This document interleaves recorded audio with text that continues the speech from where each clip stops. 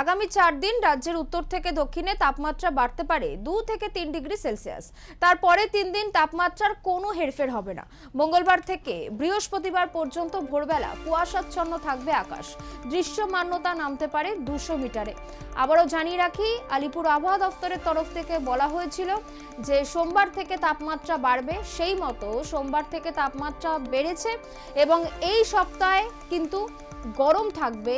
ভোরের দিকে কুয়াশাচ্ছন্ন আকাশ থাকলেও বেলা বাড়তে রোদের দেখা পাওয়া যাবে এবং গরমের হালকা অস্বস্তি থাকবে এবং শীতের যে আমেজ, সেই আমেজে কিন্তু আবারও বাধা, কারণ ঘূর্ণাবর্তের আশঙ্কা রয়েছে, এমনটাই জানিয়েছে আলিপুর আবহাওয়া দফতর। তবে আপাতত উত্তর এবং দক্ষিণবঙ্গে কোথাও সেরকম বৃষ্টির কোনো সম্ভাবনা নেই এবং তাপমাত্রা বৃদ্ধির ফলে কিন্তু আবারও গরমের অস্বস্তি বাড়বে এবং শীতের যে হালকা হালকা শীতের যে অনুভূতি, সেটা কিন্তু রাতে পাওয়া যাবে, এমনটাই জানিয়েছে আলিপুর আবহাওয়া দফতর।